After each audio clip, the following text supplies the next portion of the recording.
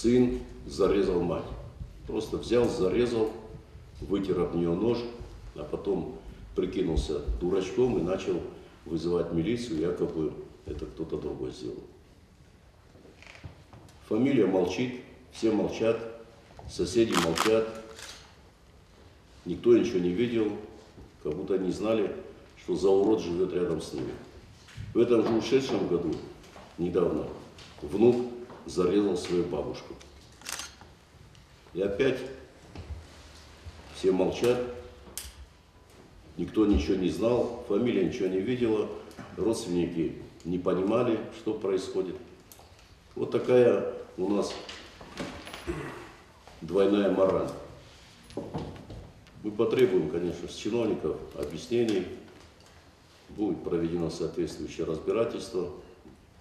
По факту, скорее всего, уже возбуждены уголовные дела по этому ребенку, но надо уже не просто говорить о наших традициях, они должны быть орудием в руках тех, кто хочет бороться за мораль и нравственность, без которых никаких ахдавов, вождан зинадов, не о чем говорить тогда.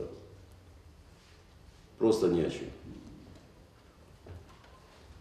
Если не будем осуждать это все.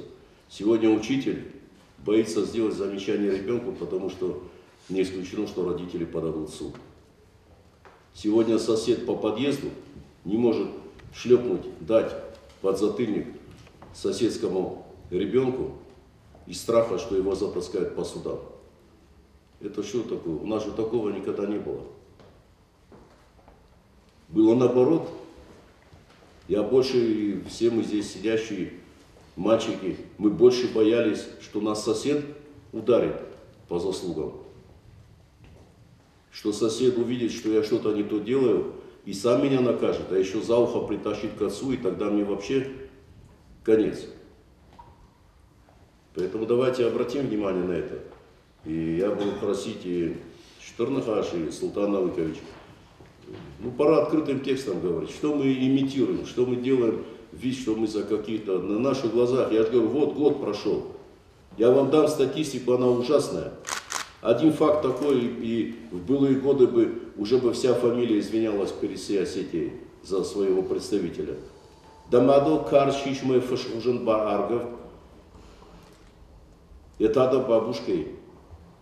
Мажанта Ромбардвайс, мама Садартафазурусом.